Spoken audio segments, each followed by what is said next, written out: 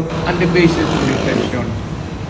So, what is the law and what is the crime that I committed? Show to me now the legal basis for my being here. As apparently I was brought here not of my own volition. If somebody else says, kung hindi ibang tao, ikaw siguro, because this is your structure.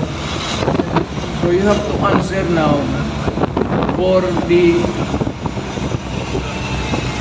deprivation of liberty.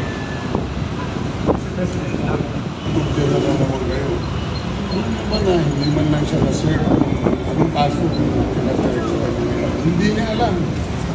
Kahit na PI man, kapag mo yung sabi ko sa kanya, nasa Jarmo na. And then, hindi pa kayo na, ano na, ganito ginagawa natin. Sumusunod tayo sa isang entity na hindi na tayo nag-withdraw na tayo.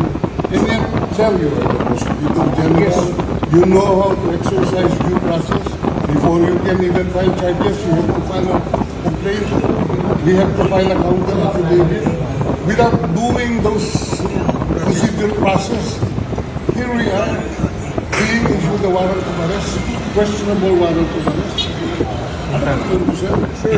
There's naman doon blooper, puro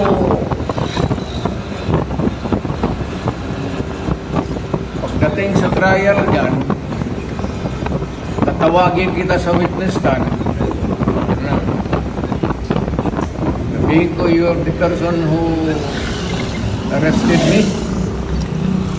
May I know the reason why? Have you read the documents? Or at least have you read the case at that time when you made the arrest? So that you would be guided to what you should know.